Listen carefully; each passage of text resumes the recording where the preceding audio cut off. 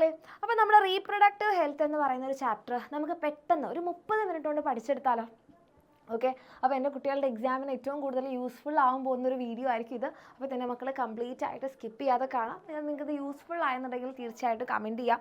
ഇനി നിങ്ങൾക്ക് നമ്മളുടെ എക്സാമിൻ്റെ കൂടെ നെക്സ്റ്റ് ഇയർ പഠിക്കാൻ ആഗ്രഹമുണ്ട്, നമ്മുടെ ലക്ഷ്യ ബാച്ചിൻ്റെ കൂടെ പഠിക്കാൻ ആഗ്രഹമുണ്ടെന്നുണ്ടെങ്കിൽ തീർച്ചയായിട്ടും നിങ്ങൾക്ക് താഴെ കാണുന്ന നമ്പറിൽ മെസ്സേജ് ചെയ്യാം. കാരണം നിങ്ങൾക്ക് വേണ്ടിയിട്ട് നെക്സ്റ്റ് ഇയർ കംപ്ലീറ്റ് നമ്മൾ ലൈവ് ക്ലാസ് ഉണ്ടാകും, റെക്കോർഡ് വീഡിയോസ് ഉണ്ടാകും, നോട്ട്സ് കിട്ടുന്നുണ്ടാകും, പ്രീവിയസ് ഇയർ ക്വസ്റ്റ്യൻസ് ഉണ്ടാകും, model exams, chapter wise exams, chapter wise worksheet, എല്ലാ കാര്യങ്ങളും ഒക്കെ കൂടി. ഇനിയിപ്പോൾ നിങ്ങൾക്ക് നമ്മുടെ എക്സാമിനുള്ള ഈ ബുക്ക് സെറ്റ് ഫ്രീ ആയിട്ട് കിട്ടണമെന്നുണ്ടെങ്കിൽ വേഗം തന്നെ ജോയിൻ ചെയ്ത് കഴിഞ്ഞാൽ നമ്മുടെ എക്സാമിനുള്ള ബുക്ക് സെറ്റ് കൂടെ നിങ്ങൾക്ക് ഫ്രീ ആയിട്ട് കിട്ടും. ഇതൊക്കെ വെച്ച് നമ്മുടെ എക്സാമിനുള്ള ലക്ഷ്യ ബാച്ചിൽ പഠിക്കാൻ ആഗ്രഹമുള്ള മക്കളാണെങ്കിൽ വേഗം തന്നെ താഴെ കാണുന്ന നമ്പറിൽ മെസ്സേജ് ചെയ്യുക. ഇനി ഒട്ടും സമയം കളയുന്നില്ല, നമ്മൾ എങ്ങോട്ട് പോവാണ്? നമ്മുടെ റീപ്രൊഡക്റ്റീവ് ഹെൽത്തിലേക്ക് പോവാണ്. അപ്പോൾ ആദ്യം ഈ ചാപ്റ്ററിൻ്റെ തുടക്കത്തിൽ നമുക്ക് 2 കാര്യങ്ങളാണ് ഇവിടെ മെയിനായിട്ട്.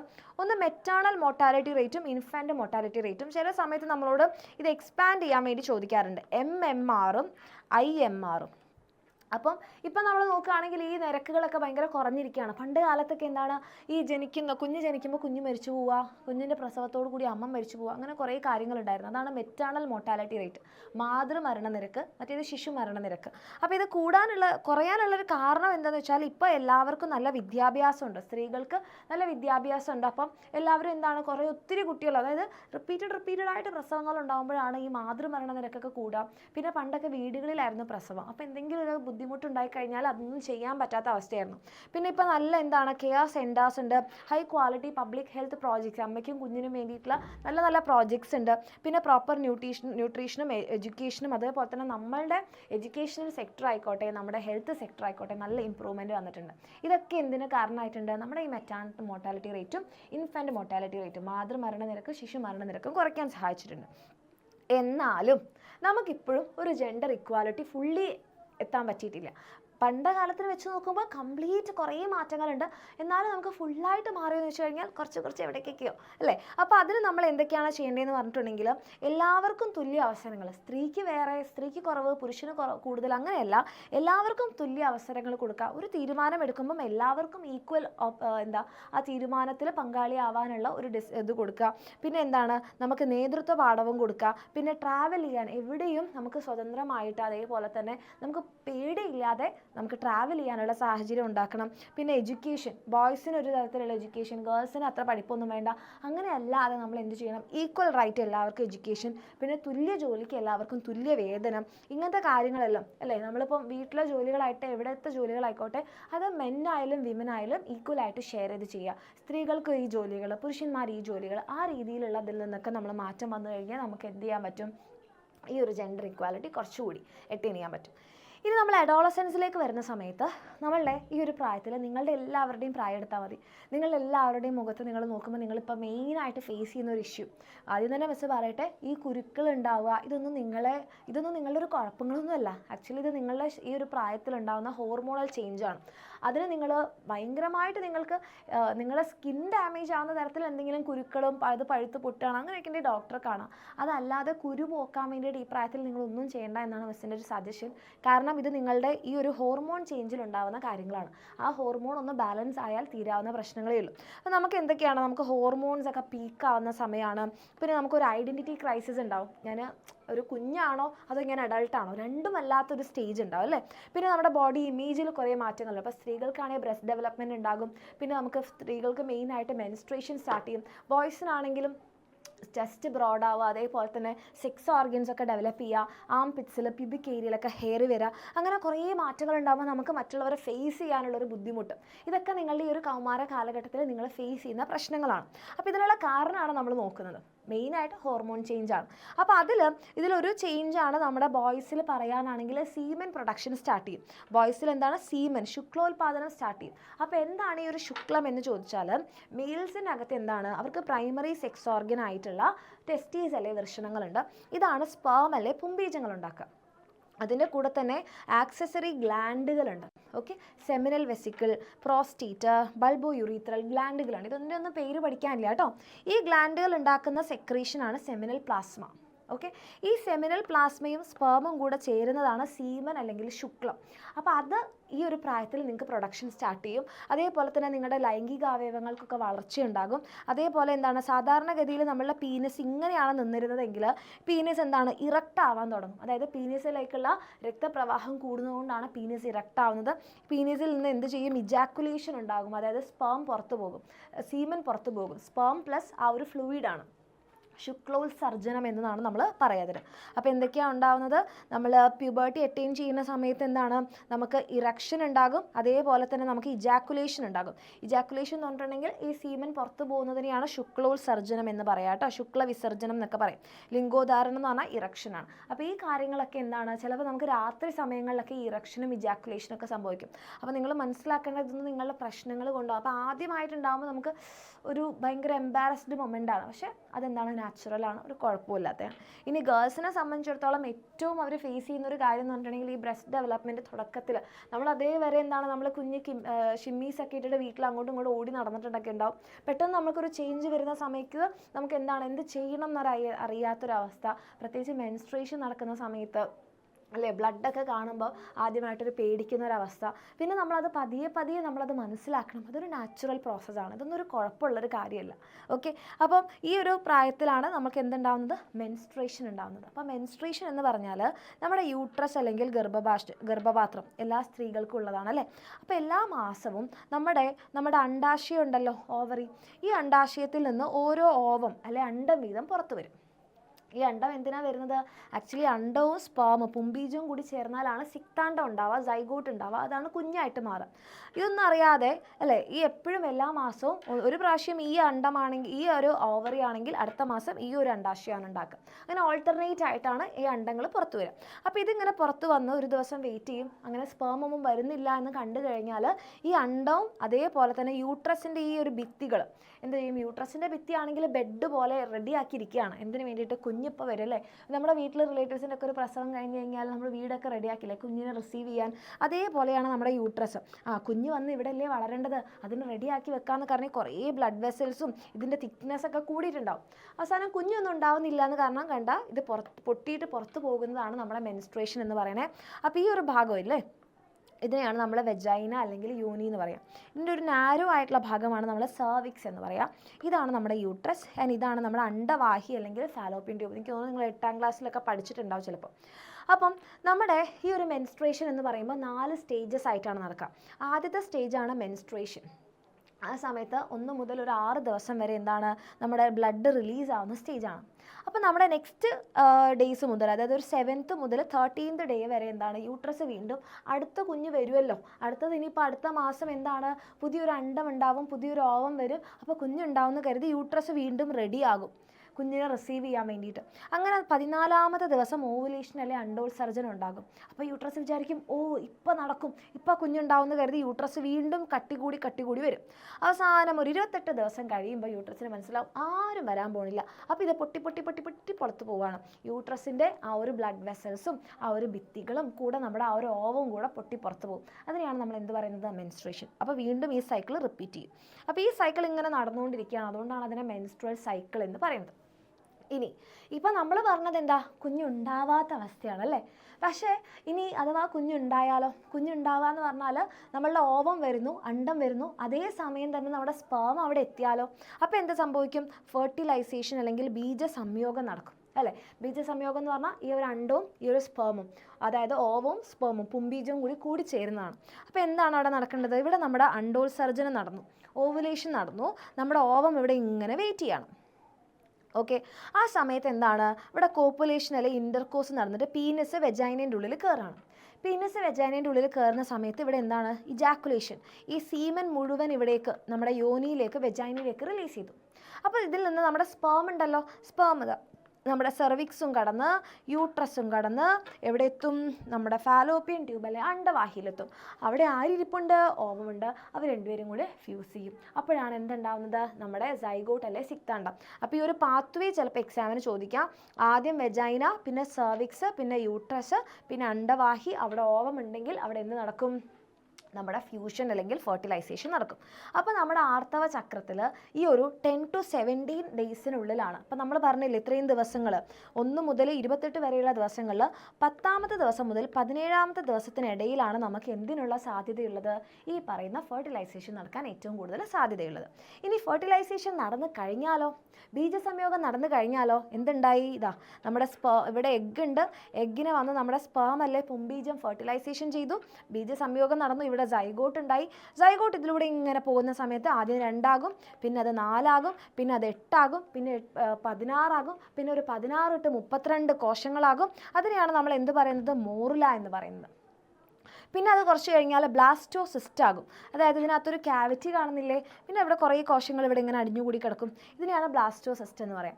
ഈ ബ്ലാസ്റ്റോസിസ്റ്റ് പോയിട്ട് നമ്മുടെ യൂട്രസിൻ്റെ എൻഡോമെട്രിയം എന്ന് പറഞ്ഞാൽ യൂട്രസിൻ്റെ ഏറ്റവും ആന്തരികമായ പാളിയാണ്, ഏറ്റവും ഉള്ളിലുള്ള ലെയറാണ്. ഈ എൻഡോമെട്രിയത്തിൽ പോയി പറ്റിപ്പിടിക്കും. ഇങ്ങനെ പറ്റിപ്പിടിക്കുന്നതിനെയാണ് നമ്മൾ ഇംപ്ലാന്റേഷൻ എന്ന് പറയാം. ബ്ലാസ്റ്റോസിസ്റ്റ് എന്ത് ചെയ്യുന്നു? എൻഡോമെട്രിയത്തിൽ പോയി പറ്റിപ്പിടിക്കുന്നു. അപ്പോഴാണ് ഒരു സ്ത്രീ പ്രഗ്നൻ്റ് ആണ് എന്ന് നമ്മൾ പറയാം. സോ ഫെർട്ടിലൈസേഷൻ, സൈഗോട്ടിലെ സിക്താണ്ഡം, അങ്ങനെ ഒരു 16 to 32 സെല്ലുണ്ടായ മോറുല, അതിനുശേഷം ബ്ലാസ്റ്റോസിസ്റ്റ്, ഇംപ്ലാന്റേഷൻ നടന്നു കഴിഞ്ഞാൽ പിന്നെ യൂട്രസിൻ്റെ ഉള്ളിൽ നമ്മുടെ കുഞ്ഞുവാവ വളരാൻ തുടങ്ങും. അങ്ങനെ അത് ആദ്യം ഭ്രൂണം അല്ലെ എംബ്രിയോ ആകും, അതിനുശേഷം ഫീറ്റസ് അല്ലെങ്കിൽ എന്തായിട്ട് മാറും? ഗർഭസ്ഥ ശിശുവായിട്ട് മാറും. അപ്പോൾ അമ്മയുടെ വയറ്റിൽ യൂട്രസിലാണല്ലോ നമ്മൾ വളരുന്നത്. ആ ഒരു കാലഘട്ടത്തിനെയാണ് നമ്മൾ ജസ്റ്റേഷൻ പീരീഡ് അല്ലെങ്കിൽ ഗർഭകാലഘട്ടം എന്ന് പറയുക. ഇതൊരു 9 മാസമാണ്, അല്ലെങ്കിൽ 70 to 280 ഡേയ്സ് ആണ്. ഈ 9 മാസത്തിനെ നമുക്ക് 3 സെഗ്മെൻ്റ് ആയിട്ട് ഡിവൈഡ് ചെയ്യാം അല്ലേ.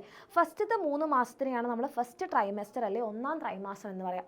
ഈ ഒരു സമയത്താണ് കുഞ്ഞിൻ്റെ ഹാർട്ട് ഫോം ചെയ്യും, കുഞ്ഞിൻ്റെ ഹൃദയം രൂപപ്പെടും, കുഞ്ഞിൻ്റെ കൈകാലുകൾ രൂപപ്പെടും, സെക്സ് ഓർഗൻസ്, ലൈംഗിക അവയവങ്ങളും ലൈംഗിക വ്യവസ്ഥകളും രൂപപ്പെടും. അതാണ് 1ാം ത്രൈമാസത്തിൽ നടക്കാം. ഇനി 2ാം ട്രൈമസ്റ്റർ, സെക്കൻഡ് ട്രൈമസ്റ്റർ എന്ന് പറയുമ്പോൾ ഫസ്റ്റ് 3 months കഴിഞ്ഞു, അടുത്ത 4ാം മാസം മുതൽ 6ാം മാസം വരെ എന്തുണ്ടാകും? കുഞ്ഞിൻ്റെ തലയിലും ശരീരത്തിലെല്ലാം ഹെയർ ഫോം ചെയ്യും, കുഞ്ഞുവാവ അനങ്ങാൻ തുടങ്ങും. അപ്പോൾ അമ്മമാരൊക്കെ പറയാറില്ലേ കുഞ്ഞ് ചവിട്ടു എന്നൊക്കെ പറയില്ലേ, അപ്പോൾ അതൊക്കെ മൂവ്മെൻ്റ് ഒക്കെ ഉണ്ടാകും. പിന്നെ ഐലിഡ്സ് ഒക്കെ ഇങ്ങനെ ഓപ്പൺ ചെയ്യും, കണ്ണൊക്കെ ഇങ്ങനെ തുറക്കും, ഐ ലാഷസ് ഒക്കെ ഫോം ചെയ്യും ഈ ഒരു സമയത്ത്.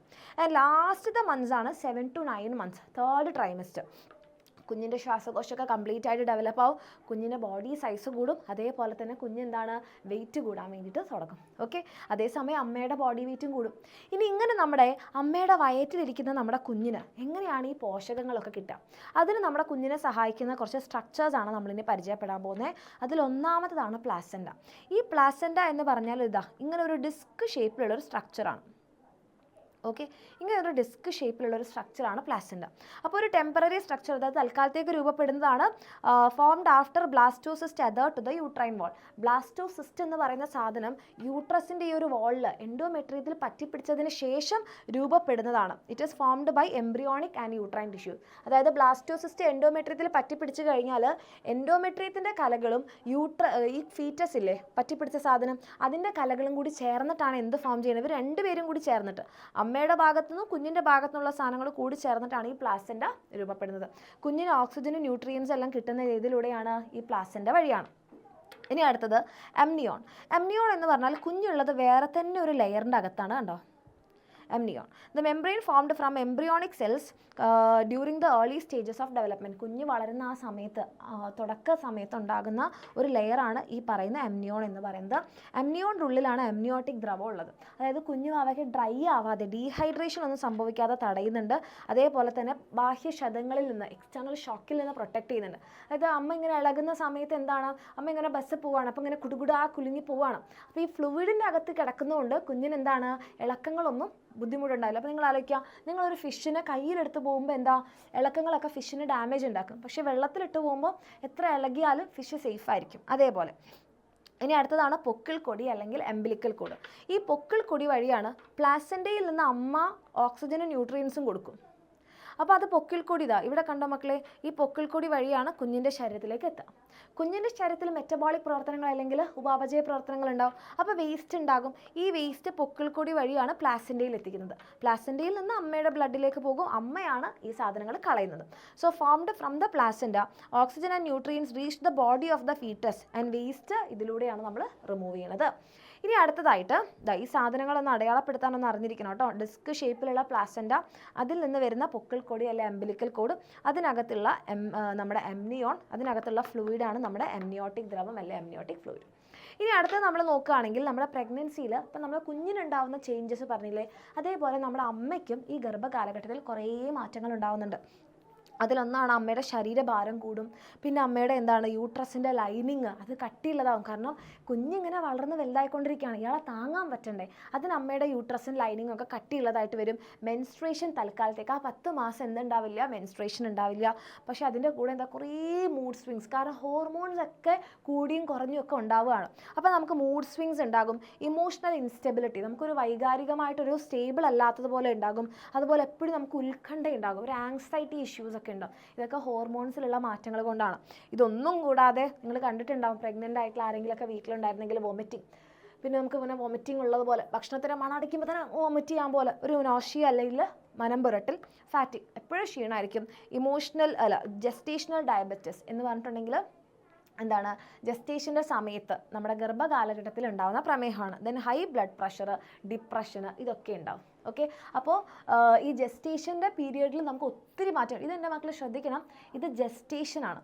ഓക്കെ, ഇത് വെച്ച് എടുത്ത് പറയാൻ കാരണം ടേസ്റ്റ് ഉണ്ടാക്കുന്ന റിസെപ്റ്റേഴ്സ് ഉണ്ട്. ടേസ്റ്റിനെ നമ്മൾ ഗസ്റ്റേഷൻ എന്നാണ് പറയാം, ഗസ്റ്റേറ്ററി റിസെപ്റ്റേഴ്സ് ഒക്കെ. ഇത് ജസ്റ്റേഷനാണ്. ഓക്കെ, അപ്പോൾ ആ 2 കാര്യങ്ങളൊന്ന് ശ്രദ്ധിക്കുക കേട്ടോ.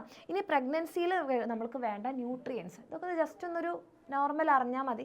സാധാരണ നമ്മുടെ വളർച്ചയ്ക്ക് നമുക്ക് എന്ത് വേണം, കാർബോഹൈഡ്രേറ്റ്സ് വേണം, പ്രോട്ടീൻ വേണം, ഫാറ്റും സാധനങ്ങളെല്ലാം വേണം. അപ്പോൾ പ്രഗ്നൻസി ടൈമിൽ ഇതൊക്കെ കുറച്ച് കൂടുതൽ വേണം, ഈ കാർബോഹൈഡ്രേറ്റും പ്രോട്ടീനൊക്കെ. കാരണം നമ്മുടെ ഉള്ളിൽ വേറൊരാൾ വളരുകയാണ്, അപ്പോൾ അയാളുടെ ഗ്രോത്തിന് വേണ്ടിയിട്ടുള്ള സാധനങ്ങളെല്ലാം തന്നെ ഉണ്ടാവണം. അതേപോലെ തന്നെ ഈ ഒരു സമയത്ത് നമ്മുടെ ഈ സ്മോക്ക് ചെയ്യുക, ഡ്രിങ്ക്സ് കഴിക്കുക, ഡ്രഗ്സ് എടുക്കുക, ഇതൊക്കെ കുറേ പ്രശ്നങ്ങൾ ഉണ്ടാക്കും. നോർമൽ സ്റ്റേജിലാണെങ്കിൽ ഈ ഡ്രിങ്ക്സും ഡ്രഗ്സൊക്കെ നമുക്ക് ഹോർമോണൽ ഇംബാലൻസ് ഉണ്ടാക്കും, നമ്മുടെ മെൻസ്ട്രേഷനൊക്കെ ഇറഗുലറായിട്ട് ബാധിക്കും. മെൻസിനാണെങ്കിൽ സ്പേം ക്വാളിറ്റിയും അതേപോലെ തന്നെ സ്പേമിൻ്റെ എണ്ണമൊക്കെ കുറയാൻ കാരണമാകും. ഇനി പ്രഗ്നൻസി സ്റ്റേജിലാണെങ്കിൽ നമ്മൾ ഈ ഡ്രിങ്ക്സും ഡ്രഗ്സും ഒക്കെ ഉപയോഗിക്കുന്നത് കുഞ്ഞിന് അംഗവൈകല്യം ഉണ്ടാകാനും, പിന്നെ ട്യൂബൽ പ്രഗ്നൻസി എന്ന് കേട്ടിട്ടില്ലേ, അതായത് ഫാലോപ്പിയൻ ട്യൂബിൽ പോയിട്ട് കുഞ്ഞ് വളരും, അപ്പോൾ നമ്മൾ അബോർഷൻ ചെയ്യേണ്ടി വരും. അതാണ് എക്ടോപിക് പ്രഗ്നൻസി അല്ലെങ്കിൽ ട്യൂബൽ പ്രഗ്നൻസി. പിന്നെ മിസ്കാരേജ്, അബോർഷനൊക്കെ ഉണ്ടാവും നമ്മൾ പ്രഗ്നൻസി സമയത്ത് സ്മോക്കിങ്, ഡ്രിങ്ക്സ്, ഡ്രഗ്സ് ഒക്കെ ഉപയോഗിച്ചാൽ.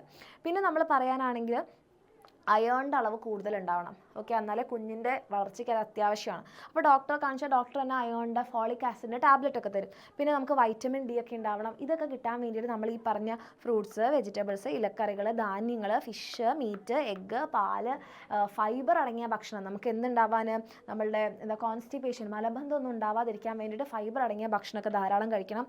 അധികം ഷുഗർ ഉള്ളതോ, അധികം കൊഴുപ്പുള്ളതോ, അധികം ഫ്രൈഡ് ഐറ്റംസോ ഇതൊന്നും നമ്മൾ ഒഴിവാക്കുന്നതാണ് നല്ലത്. കാരണം അത് നമുക്ക് ഓൾറെഡി ഒരു ജസ്റ്റേഷൻ്റെ പീരിയഡിൽ ഡയബറ്റീസ് വരും. അപ്പോൾ ഇതും കൂടെ കഴിച്ചു കഴിഞ്ഞാൽ കൂടും. അങ്ങനെ ബ്ലഡ് പ്രഷറൊക്കെ കൂടിക്കഴിഞ്ഞാൽ അത് പ്രഗ്നൻസിയിൽ ഒത്തിരി കോംപ്ലിക്കേഷൻ ഉണ്ടാക്കും. ഇനി നമ്മൾ ഫിസിക്കൽ എക്സാമിനേഷൻ എന്ന് പറഞ്ഞാൽ ഈ സമയത്ത് നമ്മൾ കുറേ ടെസ്റ്റുകളൊക്കെ ചെയ്യണം.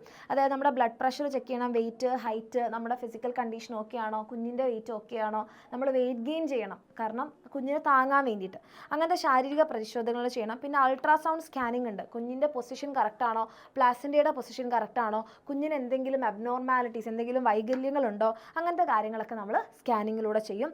ദെൻ വാക്സിനേഷൻ, അതായത് ചില vaccines certain vaccines are given to protect mother and foetus from various infections വരാതിരിക്കാൻ വേണ്ടിയിട്ട് ഈ സമയത്ത് നമ്മൾ വാക്സിനുകൾ എടുക്കാറുണ്ട്. ബ്ലഡ് ആൻഡ് യൂറിൻ ടെസ്റ്റ് നമ്മുടെ ഹോർമോണൽ ലെവൽ കറക്റ്റ് ആണോ, ഹീമോഗ്ലോബിന്, ഗ്ലൂക്കോസ്, TSH ലെവൽ, നമുക്ക് യൂറിനറി ട്രാക്ട് ഇൻഫെക്ഷൻ ഉണ്ടോ, HIV ഇൻഫെക്ഷൻ ഉണ്ടോ, ഇങ്ങനത്തെ കാര്യങ്ങളൊക്കെ നമുക്ക് ടെസ്റ്റ് ചെയ്യാൻ വേണ്ടിയിട്ട് നമ്മൾ ഇങ്ങനത്തെ ടെസ്റ്റുകൾ എടുക്കണം. ഇനി മെയിനായിട്ട് കുഞ്ഞിന് എന്തെങ്കിലും ക്രോമസോമൽ ഡിസോർഡേഴ്സ്, ജനിതക വൈകല്യങ്ങളുണ്ടോ എന്ന് അറിയാൻ നമുക്ക് മെയിനായിട്ട് 2 ടെസ്റ്റുകളാണ്. ഒന്നാണ് കോറിയോണിക് വില്ലൈ സാമ്പിളിംഗ്. അതെന്ന് പറഞ്ഞാൽ ഇവിടെ പ്ലാസൻറ്റ ഉണ്ടാവുന്നില്ലേ, പ്ലാസൻറ്റേൻ്റെ ഇവിടെയായിട്ട് കാണുന്ന ഒരു തരം വില്ലസ് ആണ് കോറിയോണിക് വില്ലൈ. ഈ കോറിയോണിക് വില്ലയുടെ സാമ്പിൾ എടുക്കാം നമുക്ക് എപ്പം, ഒരു 10 to 12 വീക്സ് ആകുമ്പം. ഒരു 4 വീക്കാണ് ഒരു മാസം, 12 വീക്ക് എന്ന് പറയുമ്പോൾ 3 മാസം, 10 വീക്ക് എന്ന് പറയുമ്പോൾ 2-ാം മാസം, ആ ഒരു സമയത്ത്. This test detect the chromosomal abnormality by taking tissue sample from villi of placenta within 10 to 12 week of gestation. അതായത് ഗർഭകാലഘട്ടത്തിൻ്റെ ഒരു 10 to 12 ആഴ്ചകളാകുമ്പോൾ കോറിയോണിക് വില്ലയുടെ സാമ്പിൾ നമ്മൾ എടുത്തു കഴിഞ്ഞാൽ കുഞ്ഞിന് എന്തെങ്കിലും ജനിതകമായിട്ടുള്ള തകരാറുകളുണ്ടോ എന്ന് നമുക്ക് മനസ്സിലാക്കാം. അത് കൂടാതെ അമ്നിയോസെൻറ്റസിസ് ഉണ്ട്. അമ്നിയോസെൻറ്റസിസ് എന്ന് പറഞ്ഞാൽ നമ്മൾ പറഞ്ഞില്ലേ, ഒരു അമ്നിയോൺ എന്ന് പറയുന്ന ഒരു ലെയർ, ആ ലെയറിൻ്റെ അകത്ത് നമുക്ക് അമ്നിയോട്ടിക് ദ്രവമുണ്ട്, അമ്നിയോട്ടിക് ഫ്ലൂയിഡ് ഉണ്ട്. ആ ഫ്ലൂയിഡിൻ്റെ അകത്ത് കുഞ്ഞിൻ്റെ സെൽസ്, കോശങ്ങളുണ്ടാകും, ഡിസോൾവ് ആയിട്ടുള്ള ഐറ്റംസ് ഉണ്ടാവും. ഇത് ടെസ്റ്റ് ചെയ്താൽ കുഞ്ഞിന് എന്തെങ്കിലും ക്രോമസോമൽ തകരാറുകളുണ്ടോ എന്ന് നമുക്ക് മനസ്സിലാക്കാം. So foetal cells are found in the amniotic fluid surrounding the foetus. ആ ഗർഭസ്ഥ ശിശുവിനെ സറൗണ്ട് ചെയ്തിട്ടുള്ള ദ്രാവകമാണ്. ചില സിറ്റുവേഷൻസിൽ it is possible to detect genetic abnormalities and nervous disorders of child by examining the cells in this fluid. ഈ ദ്രാവകത്തിലുള്ള കുഞ്ഞിൻ്റെ കോശങ്ങൾ പരിശോധിച്ചിട്ട് നമുക്ക് മനസ്സിലാവാം കുഞ്ഞിന് എന്തെങ്കിലും തകരാറുണ്ടോ എന്ന്. ഇനി അടുത്തതാണ് നമ്മുടെ പാർച്ചുറേഷൻ, അല്ലെ പ്രസവം. ആ 9 മാസം കഴിഞ്ഞ് കുഞ്ഞ് കംപ്ലീറ്റ് ആയിട്ട് ഡെവലപ്പ് ചെയ്ത് കഴിഞ്ഞാൽ നമുക്ക് ഒന്നുകിൽ നാച്ചുറൽ പ്രസവം നടക്കും, നോർമൽ ഡെലിവറി.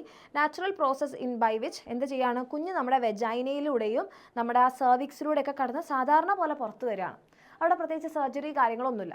ഇനി നോർമൽ പ്രസവം നടക്കാതെ ആകുമ്പോഴാണ് നമ്മൾ എന്ത് ചെയ്യുക, സി സെക്ഷൻ ഡെലിവറി ചെയ്യുക, അതായത് സിസേറിയൻ ചെയ്യുക. അതെന്ന് പറഞ്ഞാൽ സർജിക്കൽ റിമൂവലാണ്. നമ്മുടെ അമ്മയുടെ വയറിൻ്റെ അവിടെ കീറിയിട്ട് നമ്മൾ എന്ത് ചെയ്യുകയാണ്, കുഞ്ഞിനെ കണ്ടോ, കുഞ്ഞിനെ ഇങ്ങനെ കിടക്കുകയാണ്. ചിലപ്പോൾ കുഞ്ഞിൻ്റെ കഴുത്തിൽ എംബിലിക്കൽ കോഡ്, പൊക്കിൾ കോഡ് ചുറ്റിയിട്ടുണ്ടാകും, ചിലപ്പോൾ ഫ്ലൂയിഡ് ഫുള്ള് പോയിട്ടുണ്ടാകും, അല്ലെങ്കിൽ കുഞ്ഞിൻ്റെ പൊസിഷൻ തെറ്റായിരിക്കും. സാധാരണ അതായത് ഇങ്ങനെ നോർമൽ പ്രസവം നടക്കണമെങ്കിൽ കുഞ്ഞിൻ്റെ തല ഇവിടെ വരണം, വെജൈനയുടെ അവിടെ. അങ്ങനെ പൊസിഷനൊക്കെ തെറ്റാണ്. അങ്ങനെ പല കാരണങ്ങളുണ്ടാവും. ചിലപ്പോൾ അമ്മയുടെ BP ഭയങ്കരമായിട്ട് കൂടുക, അപ്പോൾ പ്രഷർ കൊടുക്കുക എന്ന് പറഞ്ഞാൽ നോർമൽ ഡെലിവറി നടക്കുന്നത് പോസിബിൾ ആയിരിക്കില്ല. ആ സമയത്തൊക്കെ നമ്മൾ ഇത് ചെയ്യാറുണ്ട്. അപ്പോൾ സാധാരണ പ്രസവം സാധ്യമാകാതെ വരുന്ന സന്ദർഭങ്ങളിൽ അമ്മയുടെ കുഞ്ഞിൻ്റെ ആരോഗ്യത്തിന് അപകടമുണ്ടാകാൻ സാധ്യതയുണ്ടെങ്കിൽ നമ്മൾ എന്ത് ചെയ്യുന്നു, അമ്മയുടെ വയറ് മുറിക്കുന്നു, കുഞ്ഞുവാവേനെ നമ്മൾ എന്ത് ചെയ്യുന്നു, പുറത്തെടുക്കുന്നു. ഈ ഒരു രീതിയാണ് നമ്മൾ എന്ത് പറയുന്നത്, സി സെക്ഷൻ എന്ന് പറയുന്നത്. അങ്ങനെ ഡെലിവറി കഴിഞ്ഞാൽ ഫസ്റ്റത്തെ ഫ്യൂ ഡേയ്സിൽ ഒരു മഞ്ഞ കളറിലുള്ള പാലാണ് ഉണ്ടാവുക. ആ പാലെന്ന് പറയുന്നതാണ് കൊളസ്ട്രോൾ. അതിനകത്ത് കുഞ്ഞിൻ്റെ ഇമ്മ്യൂണിറ്റിക്ക് വേണ്ടിയിട്ട്, പ്രതിരോധത്തിന് വേണ്ടിയിട്ടുള്ള ആൻറ്റിബോഡീസ് ഉണ്ട്. അപ്പോൾ അത് കുഞ്ഞിന് കൊടുക്കേണ്ടത് അത്യാവശ്യമാണ്. ആ സമയത്ത് നമ്മൾ മുലപ്പാലാണ് ഏറ്റവും കൂടുതൽ പ്രിഫർ ചെയ്യുക. അതായത് ഒരു 2 വർഷത്തേക്ക് കുഞ്ഞിന് എന്ത് ചെയ്യണം, മുലപ്പാൽ തന്നെ കൊടുക്കണം. കുഞ്ഞിൻ്റെ ആരോഗ്യത്തിന് അതാണ് ഏറ്റവും നല്ലത്. പിന്നെ 6 മാസത്തേക്ക്, കുഞ്ഞുവാവ ജനിച്ച 6 മാസത്തേക്ക് മുലപ്പാൽ മാത്രം മതി, വേറെ കുറുക്കും കാര്യങ്ങളൊന്നും വേണ്ട. 6 മാസത്തിന് ശേഷം മുലപ്പാലിൻ്റെ കൂടെ തന്നെ നമുക്ക് എന്ത് ചെയ്യാം, കുറുക്കും ഇതൊക്കെ കൊടുക്കാം. ദെൻ വാക്സിനേഷൻ, നമ്മൾ മുലപ്പാൽ കൊടുക്കുന്ന അതേപോലെ തന്നെ ഇമ്പോർട്ടൻ്റ് ആണ് കുഞ്ഞിന് എന്ത് ചെയ്യുക, പ്രോപ്പർ ആയിട്ടുള്ള ടൈമിൽ വാക്സിൻസ് കൊടുക്കുക എന്നുള്ളത്. അതായത് ജനിക്കുന്ന സമയത്തുള്ള വാക്സിൻ ഉണ്ട്, 6 ആഴ്ചകൾക്ക് ശേഷം, 10 ആഴ്ചകൾക്ക് ശേഷം, ഇങ്ങനെ ഡോക്ടേഴ്സിൻ്റെ അടുത്ത് ലിസ്റ്റ് ഉണ്ടാവും. അപ്പോൾ അത് നമ്മൾ പ്രോപ്പറായിട്ട് കൊടുത്തിട്ടില്ലെങ്കിൽ കുഞ്ഞിന് എന്താണ്, പലതരത്തിലുള്ള ഇൻഫെക്ഷൻസ് ഉണ്ടാവാൻ ചാൻസ് ഉണ്ട്. അപ്പോൾ അത് നമ്മൾ പ്രോപ്പറായിട്ട് ചെയ്യും. ഇനി അടുത്തതാണ് കോൺട്രാസെപ്റ്റീവ് മെത്തേഡ്സ്. കോൺട്രാസെപ്റ്റീവ് മെത്തേഡ്സ് എന്ന് പറഞ്ഞാൽ ഒരു കപ്പിൾസ് കല്യാണം കഴിച്ചു, അവർക്കിപ്പോൾ കുട്ടികൾ വേണ്ട, അല്ലെങ്കിൽ ഒരു കുട്ടിയുണ്ട്, ഇനി ഒരു 5 വർഷം കഴിഞ്ഞിട്ട് മതി കുട്ടികൾ. അപ്പോൾ നമുക്ക് എന്ത് ചെയ്യാണ്, കുട്ടികളെ ഇപ്പോൾ വേണ്ട, പ്രഗ്നൻസി ഒഴിവാക്കാൻ വേണ്ടി നമ്മൾ സ്വീകരിക്കുന്ന മെത്തേഡ്സ് ആണ് എന്ത്, contraceptive methods. Devices or methods use to interrupt the process of conception. ഗർഭധാരണം ഒഴിവാക്കാൻ വേണ്ടി നമ്മൾ ഉപയോഗിക്കുന്ന മെത്തേഡ്സ് ആണ്. നമുക്ക് 2 തരത്തിലുണ്ട്. ടെമ്പററി മെത്തേഡ്സ്, തൽക്കാലത്തേക്ക് ഉപയോഗിക്കുന്നതും പെർമനൻറ്റ് മെത്തേഡ്. ടെമ്പററി മെത്തേഡാണ് ഓറൽ കോൺട്രാസെപ്റ്റീവ്, ഹോർമോൺ ഗുളിക, കോണ്ടംസ് അല്ലെ ഉറകൾ, diaphragm, spermicidal creams, intra യൂട്ടിറൈൻ devices, ഗർഭാശയാന്തര ഉപകരണങ്ങൾ. ഈ വാസെക്ടമി, ട്യൂബെക്ടമി എന്ന് പറഞ്ഞാൽ നിങ്ങൾ നാട്ടിൽ പ്രസവം നിർത്താന്ന് കേട്ടിട്ടുണ്ടാവില്ലേ? ആ പ്രസവം നിർത്തുക എന്ന് പറയുന്നത് എന്താണ്, ഈ ഒരു വാസെക്ടമി, ട്യൂബെക്ടമിയാണ്. അപ്പം നമുക്ക് നോക്കാം. അപ്പോൾ ആദ്യം നമ്മൾ പറയുന്നത് ഈ കോണ്ടംസ് അല്ലെ ഗർഭനിരോധന ഉറകളാണ്. ഇതെന്താ ചെയ്യുന്നത് പറഞ്ഞാൽ മെയിൽസിൽ പീനസിനെ കവർ ചെയ്യും, ഫീമെയിൽസിൽ, സ്ത്രീകളിലാണെങ്കിൽ യോനി, വെജൈന കവർ ചെയ്യും. ഇതെന്ത് ചെയ്യും, സ്പേംസ് വെജൈനയിൽ ഡെപ്പോസിറ്റ് ആവാതിരിക്കാൻ, പുംബീജങ്ങൾ യോനിയിൽ നിക്ഷേപിക്കപ്പെടാതിരിക്കാൻ സഹായിക്കും. അവിടെ ഡെപ്പോസിറ്റഡ് ആയാലല്ലേ ഫെർട്ടിലൈസേഷൻ നടക്കുള്ളൂ, അപ്പോൾ അത് ഒഴിവാക്കാൻ. ഇനി അതേപോലെയുള്ളത് ഒരു സാധനമാണ് ഡയഫ്രം. ഡയഫ്രം നമ്മുടെ മെൻസ്ട്രൽ കപ്പ് പോലെയാണ്. ജസ്റ്റ് എന്ത് ചെയ്യും, ആ സെർവിക്സിൻ്റെ ഭാഗം കവർ ചെയ്യും. അപ്പോൾ എന്താണ്, സ്പേം യൂട്രസിൽ എത്തില്ല, സെർവിക്സ് വഴിയല്ലേ യൂട്രസിൽ കയറുക. അപ്പോൾ സെർവിക്സിൻ്റെ അവിടെ ഇങ്ങനെ അടപ്പ് പോലെ കവർ ചെയ്ത് കഴിഞ്ഞാൽ സ്പേം എവിടെ എത്തില്ല, നമ്മുടെ യൂട്രസിൽ എത്തില്ല. ഇനി അടുത്തതാണ് സ്പെർമിസൈഡ്. സ്പെർമിസൈഡിലെ പുംബീജ നാശിനികൾ എന്ന് പറഞ്ഞാൽ സ്പേമിനെ നശിപ്പിക്കുന്ന ക്രീംസ് ആണ്. അപ്പോൾ ഇത് ഉപയോഗിച്ച് കഴിഞ്ഞാൽ, ഇത് നമ്മുടെ സെർവിക്സിൻ്റെ അവിടെ ഉപയോഗിച്ച് കഴിഞ്ഞാൽ എന്താണ്, വരുന്ന സ്പേംസ് എല്ലാം നശിച്ചു പോകും. ഇനി അടുത്തതാണ് ഓറൽ കോൺട്രാസെപ്റ്റീവ് അല്ലെങ്കിൽ ഹോർമോൺ ഗുളികകൾ. ഇത് അണ്ടോത്സർജനം വല്ല ഓവുലേഷൻ തടസ്സപ്പെടും. അപ്പോൾ ഓവുലേഷൻ നടന്നിട്ടില്ലെങ്കിൽ എന്താണ്, ഫെർട്ടിലൈസേഷൻ നടക്കില്ല. ഇനി അടുത്തതാണ് ഇൻട്രാ യൂട്ടിറൈൻ ഡിവൈസ് അല്ലെ ഗർഭാശയാന്തര ഉപകരണങ്ങൾ. ഗർഭപാത്രത്തിനകത്ത് വെക്കുന്ന സാധനമാണ്. ഇൻട്രാ എന്ന് പറഞ്ഞാൽ ഉള്ളിൽ, യൂട്രൈൻ യൂട്രസിൻ്റെ ഉള്ളിൽ വെക്കുകയാണ്. അപ്പോൾ നമുക്ക് ഇംപ്ലാന്റേഷൻ തടയാൻ വേണ്ടിയിട്ടുള്ളതാണ്. അതായത് കുഞ്ഞ് ഇവിടെ പറ്റിപ്പിടിക്കില്ല, അത് തടയാൻ പറ്റും. അടുത്തതാണ് നമ്മുടെ permanent method, tubectomy, vasectomy. Tubectomy എന്ന് പറഞ്ഞാൽ നമ്മുടെ ഫാലോപ്പിയൻ ട്യൂബില്ലേ, അണ്ടവാഹി, അത് കട്ട് ചെയ്യാം അല്ലെങ്കിൽ കെട്ടിവെക്കാം. അപ്പോഴെന്താ പറ്റുക, പാസേജ് ഓഫ് ഓവം, ഓവത്തിന് ഇവിടെ എത്താൻ പറ്റില്ല, അല്ലെ സ്പേമിന് ഇവിടെ എത്താൻ പറ്റില്ല. പാസേജ് ഓഫ് ഓവം നമുക്ക് ബ്ലോക്ക് ചെയ്യാം. ഇനി വാസെക്ടമി എന്ന് പറഞ്ഞാൽ മെയിൽസിൻ്റെ അണ്ടവാഹി, നമ്മുടെ ഫീമെയിൽസിന് അണ്ടവാഹി ഉള്ളതുപോലെ, ഫാലോപ്പിയൻ ട്യൂബ് ഉള്ളതുപോലെ മെയിൽസിനുള്ളതാണ് വാസ് ഡിഫറൻസ്. ഈ വാസ് ഡിഫറൻസ് ഒന്നുകിൽ മുറിക്കാം അല്ലെങ്കിൽ കെട്ടിവെക്കാം, ബീജവാഹി എന്ന് പറയും. അപ്പോഴെന്താണ്, സ്പേമിൻ്റെ പാസേജ് ബ്ലോക്ക് ആവും. അതാണ് വാസെക്ടമി. വാസ് ഡിഫറൻസ് കട്ട് ചെയ്യുന്നതുകൊണ്ട് വാസെക്ടമി, ഫാലോപ്പിയൻ ട്യൂബ് കട്ട് ചെയ്യുന്നതുകൊണ്ട് ട്യൂബെക്ടമി. ഓക്കെ, ആ രീതിയിലാണ്. ഇനിയുള്ളതാണ് ഇൻഫെർട്ടിലിറ്റി. ഇൻഫെർട്ടിലിറ്റി എന്ന് പറഞ്ഞാൽ ഒരു കപ്പിൾസ് എന്ത് ചെയ്തു, കല്യാണമൊക്കെ കഴിഞ്ഞു, അവർ കുട്ടികൾ ഉണ്ടാക്കാൻ തീരുമാനിച്ചു, പക്ഷേ അവർക്ക് കുട്ടികൾ ഉണ്ടാവുന്നില്ല. ആ അവസ്ഥേനെയാണ് നമ്മൾ വന്ധ്യത അല്ലെ ഇൻഫെർട്ടിലിറ്റി എന്ന് പറയുന്നത്. അപ്പോൾ couple is unable to conceive even after 1 year from time they decide. കുട്ടികൾ ഉണ്ടാക്കാൻ അവർ തീരുമാനിച്ചു, പക്ഷേ എന്നിട്ടും കുട്ടികൾ ഉണ്ടാവുന്നില്ല. അപ്പോൾ അതിന് പല കാരണങ്ങളുണ്ട്. മെയിൽസിന് കാരണങ്ങളാവാം, ഫീമെയിൽസിൻ്റെ കാരണങ്ങളാവാം, ചിലപ്പോൾ രണ്ടാൾക്കുള്ള കാരണങ്ങളാവാം. മെയിൽസിനെന്ന് പറയുമ്പോൾ ചിലപ്പോൾ സ്പേം ഉണ്ടാവില്ല, അല്ലെങ്കിൽ ഉണ്ടാക്കുന്ന സ്പേമിന് എന്തെങ്കിലും തകരാറുകളുണ്ടാകും, അല്ലെങ്കിൽ എന്തെങ്കിലും പ്രശ്നങ്ങൾ, അസുഖങ്ങളുണ്ടാവാം. സ്ത്രീകൾക്കാണെങ്കിൽ ഓവുലേഷൻ, അണ്ടോത്സർജനം നല്ലപോലെ നടക്കുന്നില്ല, അല്ലെങ്കിൽ PCOD പോലത്തെ പ്രശ്നങ്ങളുണ്ട്, അതൊക്കെ സ്ത്രീകളിൽ ഇൻഫെർട്ടിൽ ഉണ്ടാക്കാം. ഇനി 2 പേർക്കുള്ള കാരണങ്ങൾ എന്ന് പറയാൻ എന്തെങ്കിലും ടോക്സിൻസുമായിട്ട് കോൺടാക്റ്റിൽ വരിക, പൊല്യൂഷൻ, സ്മോക്കിംഗ്, ഡ്രഗ്, പിന്നെ കൺസംഷൻ ഓഫ് ആൽക്കഹോൾ, അല്ലെങ്കിൽ സെക്ഷലി ട്രാൻസ്മിറ്റഡ് ഡിസീസസ്, ലൈംഗികപരമായി നമുക്ക് കിട്ടുന്ന അസുഖങ്ങൾ, ഇതൊക്കെ നമുക്ക് എന്തുണ്ടാക്കാം, നമ്മൾ 2 പേരിലും. ഇപ്പോൾ 2 പേരും ഡ്രഗ്സ് ഉപയോഗിച്ചിട്ടുണ്ടെങ്കിൽ 2 പേർക്കും ഇൻഫെർട്ടിലിറ്റി അല്ലെങ്കിൽ വന്ധ്യത ഉണ്ടാകും. അപ്പോൾ ട്രീറ്റ്മെൻറ്റിന് വേണ്ടിയിട്ട് നമ്മൾ എന്താ ചെയ്യേണ്ടതെന്ന് വെച്ചാൽ, നമ്മുടെ ഹോർമോൺ, നമ്മുടെ സ്ത്രീകളിലൊക്കെയാണെങ്കിൽ ഹോർമോൺ ടെസ്റ്റ് ചെയ്യുക, മെയിൽസിലും ടെസ്റ്റോസ്റ്റിറോണിൻ്റെ അളവ് ടെസ്റ്റ് ചെയ്യുക, സീമൻ ടെസ്റ്റ് ചെയ്യുക, അതിൽ സ്പേമിൻ്റെ എമൗണ്ട്, മില്യൺസ് ഓഫ് സ്പേം ഒരു സിംഗിൾ ഇജാക്കുലേഷനിലുണ്ടാവും, അപ്പോൾ അതുണ്ടോ എന്ന് ടെസ്റ്റ് ചെയ്യുക. പിന്നെ സ്കാനിങ് എടുക്കുക, യൂട്രസിനൊക്കെ കട്ടിക്ക് എന്തെങ്കിലും പ്രശ്നമുണ്ടോ, നമ്മുടെ ഓവറിയൊക്കെ കറക്റ്റാണോ, ഓവുലേഷനൊക്കെ നടക്കുന്നുണ്ടോ, അങ്ങനെ സ്കാനിങ് എടുക്കുക. ഇനി എന്തെങ്കിലും പ്രശ്നം ഉണ്ടെങ്കിൽ നമ്മൾ പ്രോപ്പർ മെഡിസിൻസ് എടുത്തു കഴിഞ്ഞാൽ ട്രീറ്റ് ചെയ്യാം. അതും ട്രീറ്റ് ചെയ്യാൻ പറ്റിയില്ലെങ്കിൽ നമുക്കറിയാം IVF പോലത്തെ ട്രീറ്റ്മെൻറ്റ്സ് ഉണ്ട്, അസിസ്റ്റഡ് റീപ്രൊഡക്റ്റീവ് ടെക്നോളജി. IVF പോലത്തെ ട്രീറ്റ്മെൻറ്റിൽ നമുക്ക് എന്ത് ചെയ്യാൻ വേണ്ടി പറ്റും, കുഞ്ഞുങ്ങളെ ഉണ്ടാക്കാൻ വേണ്ടിയിട്ട് പറ്റും. ഇനി നമ്മളുടെ ലാസ്റ്റത്തെ ടോപ്പിക്കിന് മുന്നത്തെ ടോപ്പിക്കാണ് സെക്ഷലി ട്രാൻസ്മിറ്റഡ് ഡിസീസസ് എന്ന് പറഞ്ഞാൽ നമുക്ക് ലൈംഗിക ബന്ധത്തിലൂടെ കിട്ടുന്ന അസുഖങ്ങളാണ്. ഓക്കെ, അപ്പോൾ സെക്ഷലി ട്രാൻസ്മിറ്റഡ് ഡിസീസസ് എന്ന് പറയുമ്പോൾ ഇത് ലൈംഗിക ബന്ധത്തിലൂടെ പകരുന്ന പകർച്ചവ്യാധികളാണ്. അപ്പോൾ ഇത് പല ആൾക്കാരുണ്ടാക്കാം, ബാക്ടീരിയ ഉണ്ടാക്കാം, വൈറസ് ഉണ്ടാക്കാം, ഫംഗസ് ഉണ്ടാക്കാം, പാരസൈറ്റ്സ് ഉണ്ടാക്കാം. ഇതിൽ മോസ്റ്റ് കോമൺ ആയിട്ടുള്ള കുറച്ച് ലൈംഗിക അസുഖങ്ങളുടെ പേര് പഠിച്ചു വെക്കാം. എയ്ഡ്സ് ഉണ്ട്, ക്ലമിഡിയാസിസ് ഉണ്ട്, ഗോണറിയ ഉണ്ട്, സിഫിലിസ് ഉണ്ട്, ജെനൈറ്റൽ ഹെർപ്പീസ് ഉണ്ട്, ഹെപ്പറ്റൈറ്റിസ് B ഉണ്ട്. അങ്ങനെ 2-3 അസുഖങ്ങൾ പഠിച്ചു വെക്കാം. അപ്പോൾ ഇതിന് നമുക്ക് വരാതിരിക്കാൻ എന്താ ചെയ്യുക, നമ്മൾ പ്രോപ്പറായിട്ട് ചില അസുഖങ്ങൾക്കൊക്കെ വാക്സിൻസ് ഉണ്ട്, അതായത് HPV, ഹെപ്പറ്റൈറ്റിസ് Bക്കൊക്കെ വാക്സിൻസ് അവൈലബിൾ ആണ്. പിന്നെ നമ്മൾ ജെനൈറ്റൽ ഹൈജീൻ കീപ്പ് ചെയ്യുക. ഈ അസുഖങ്ങൾ നമുക്ക് എന്തെങ്കിലും അസുഖങ്ങൾ എന്ന് പറഞ്ഞിട്ടുണ്ടെങ്കിൽ നമ്മൾ ചിലപ്പോൾ പ്രോപ്പർ നല്ലപോലെ ടേക്ക് കെയർ ആതിരുന്നാൽ, ശ്രദ്ധിക്കാതിരുന്നാൽ എന്തുണ്ടാവും, ഈ ഇൻഫെക്ഷൻസ് വരാനുള്ള ചാൻസ് കൂടുതലാണ്. ജെനൈറ്റൽ ഹൈജീൻ കീപ്പ് ചെയ്യുക. എന്തെങ്കിലും ഡൗട്ട് തോന്നുകയാണ്, ആ ജെനൈറ്റൽ ഏരിയ ഭയങ്കര സ്മെല്ല്, അവിടെ ഇങ്ങനെ തടിച്ച് വീർത്തു വരിക, ഭയങ്കര ചൊറിച്ചിലെടുക്കുക, ഒരു മഞ്ഞ കളറിലോ ഒരു ഭയങ്കര സ്മെല്ലിംഗ് ഉള്ള ഒരു ഫ്ലൂയിഡ് ഉണ്ടാവുക, അപ്പോൾ നമ്മൾ വേഗം തന്നെ ഡോക്ടറിനെ കാണിക്കുക എന്നുള്ളതാണ്. പിന്നെ എന്തെങ്കിലും ട്രാൻസ്മിഷൻ അവോയ്ഡ് ചെയ്യാൻ അതാണ് ഏറ്റവും നല്ലത്, ഡോക്ടറിനെ കാണിക്കുക, കംപ്ലീറ്റ് ട്രീറ്റ്മെൻറ്റ് എടുക്കുക. നമ്മൾ ലാസ്റ്റ് ടോപ്പിക്, എങ്ങനെയാണ് ഈ ഒരു റീപ്രൊഡക്റ്റീവ് പ്രോസസ്സിൻ്റെ എവല്യൂഷൻ. നമ്മളെ നോക്കിക്കഴിഞ്ഞാൽ നമ്മൾ ആരാണ്, മാമൽസ് അല്ലെങ്കിൽ സസ്തനികളാണ്. നമ്മളുടെ ശരീരത്തിൻ്റെ ഉള്ളിൽ വെച്ചിട്ടാണ് ബീജസംയോഗം അല്ലെ ഫെർട്ടിലൈസേഷൻ അല്ലേ. നമ്മുടെ സ്പേമ് ഇൻ്റർകോഴ്സ് നടക്കുന്നു, സ്പേം ഉള്ളിലെത്തുന്നു, നമ്മുടെ ഓവത്തിൻ്റെ അടുത്തെത്തുന്നു, അവർ 2 പേരും കൂടി ഫെർട്ടിലൈസ് ചെയ്യുന്നു അല്ലേ. The egg is limited to a cell. Egg എന്ന് പറഞ്ഞാൽ ഒരൊറ്റ കോശം മാത്രമാണ്. Required for fertilisation, foetus completes its grows receiving nutrients from the mother's body. അപ്പോൾ നമ്മുടെ ഉള്ളിൽ വെച്ചിട്ടാണ്, ഇൻറ്റേർണൽ ഫെർട്ടിലൈസേഷൻ ആണ്. എന്നിട്ട് ആ കുഞ്ഞ് കംപ്ലീറ്റ് ആയിട്ട് ഡെവലപ്പ് ചെയ്യുന്നത് എവിടെയാണ്, അമ്മയുടെ ശരീരത്തിനകത്താണ്. അമ്മയുടെ ശരീരത്തിൽ നിന്നാണ് ന്യൂട്രിയൻസ് എടുക്കുന്നത്. പക്ഷേ പണ്ട് അങ്ങനെ ആയിരുന്നില്ല.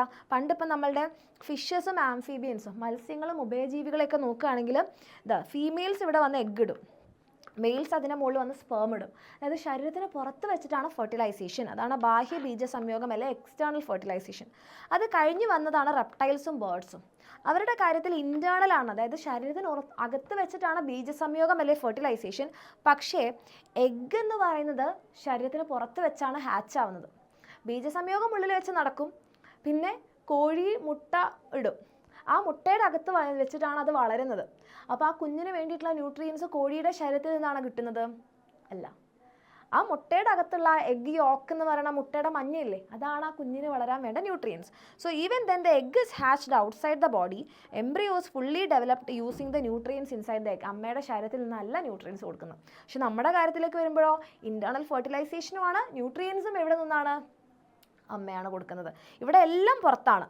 പുറത്ത് വെച്ചാണ് ഫെർട്ടിലൈസേഷൻ. കുഞ്ഞിന് വേണ്ട ന്യൂട്രിയൻസ് എഗ്ഗിൽ നിന്നും കിട്ടുന്നില്ല, പിന്നെ പുറത്തുനിന്നും കിട്ടുന്നില്ല. ഇവിടെ നിന്ന് എന്താണ്, ഇവിടെ എന്ന് വെച്ചിട്ടുണ്ടെങ്കിൽ ഇൻറ്റേർണൽ ആണ് ഫെർട്ടിലൈസേഷൻ, പക്ഷേ ന്യൂട്രിയൻസ് കൊടുക്കാൻ ഒരു എഗ്ഗെങ്കിലും ഉണ്ട്. ഇവിടേക്ക് വരുമ്പോൾ കുറച്ചുകൂടി ഡെവലപ്ഡായി. ഇൻറ്റേർണൽ ആണ് ഫെർട്ടിലൈസേഷൻ, അതായത് ഉള്ളിൽ വെച്ചിട്ടാണ്, ശരീരത്തിന് പുറത്ത് വെച്ചിട്ടാണ് ന്യൂട്രിയൻസ് നമ്മളാണ് കൊടുക്കുന്നത്. അങ്ങനെ ഇത് എന്തിനു വേണ്ടിയിട്ടാണ്, പ്രൊട്ടക്ഷൻ കൂട്ടാൻ വേണ്ടിയിട്ടാണ്. അങ്ങനെ എവല്യൂഷണറി സംഭവിച്ചതാണ്. അപ്പോൾ അതോട് കൂടിയിട്ട് നമ്മുടെ ചാപ്റ്റർ കഴിഞ്ഞിരിക്കുന്നു. ഇത് എൻ്റെ മക്കൾക്ക് യൂസ്ഫുൾ ആയെങ്കിൽ തീർച്ചയായിട്ടും കമൻറ്റ് ചെയ്യാം. നെക്സ്റ്റ് ഇയറിൽ നിങ്ങൾക്ക് ലൈവ് ക്ലാസ്സുകളൊക്കെ കൂടെ ആയിട്ട് നമ്മുടെ എക്സാമിനറിൻ്റെ കൂടെ പഠിക്കാൻ താല്പര്യമുണ്ടെങ്കിൽ ഈ താഴെ കാണുന്ന നമ്പറിൽ കോൺടാക്ട് ചെയ്യുക. നമുക്ക് അടിപൊളിയായിട്ട് നമ്മുടെ 10ാം ക്ലാസ് നിങ്ങളുടെ ഒരു ഡ്രീം പോലെ ഫുൾ A+ ഒക്കെ വാങ്ങിച്ച് പഠിക്കാം. Okay, thank you so much. അപ്പോൾ നമ്മുടെ എക്സാം നമുക്ക് തകർക്കാം.